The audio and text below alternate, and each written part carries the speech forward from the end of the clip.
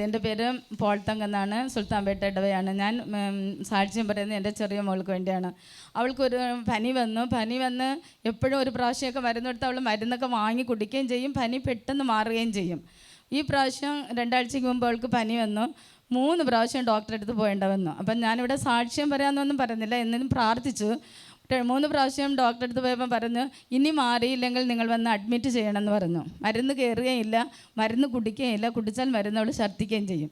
അപ്പം ചെറിയ കാര്യം നമ്മൾ അവഗണിക്കാൻ പാടില്ല. ഞാനിത് നേർച്ച ഒന്നും പറഞ്ഞില്ല, എന്നാലും 3 പ്രാവശ്യം കഴിഞ്ഞിട്ട് അഡ്മിറ്റ് ചെയ്യണമെന്ന് പറഞ്ഞപ്പം അച്ഛനെ വിളിച്ചാൽ കിട്ടില്ല. ഞാൻ വാട്സപ്പിൽ അച്ഛന് മെസ്സേജ് ചെയ്തു, കാരണം ശുശ്രൂഷയ്ക്ക് വരാൻ പറ്റിയില്ല, അവൾ കരഞ്ഞുകൊണ്ടിരുന്നു. അപ്പോൾ അച്ഛൻ ഇങ്ങനെയാണ്, പനി മരുന്ന് കേൾക്കുന്നില്ല, അച്ഛൻ പ്രാർത്ഥിക്കണം എന്ന് പറഞ്ഞ് ഈ വാട്സപ്പിൽ പ്രാർത്ഥന സഹായം അപേക്ഷയും ചെയ്തിട്ട് ഞാനൊരു നേർച്ച നേർന്നു.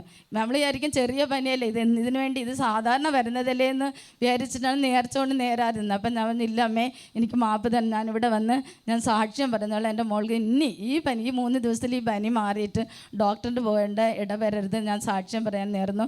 പിന്നെ ഡോക്ടറിൻ്റെ അടുത്ത് പോകേണ്ടതെന്നില്ല, അവളിപ്പോൾ ഒരാഴ്ച കൊണ്ട് സ്കൂളിൽ പോകുന്നുണ്ട്. Praise the Lord. അല്ലേ, കൊച്ചിന് പനി ഉണ്ടായിരുന്നു, പലതവണ പനി വന്നതാണ്, മാറിയില്ല. സാക്ഷ്യ ദൈവത്തെ മഹത്വപ്പെടുത്താമെന്ന് നേർന്നു, മാറി.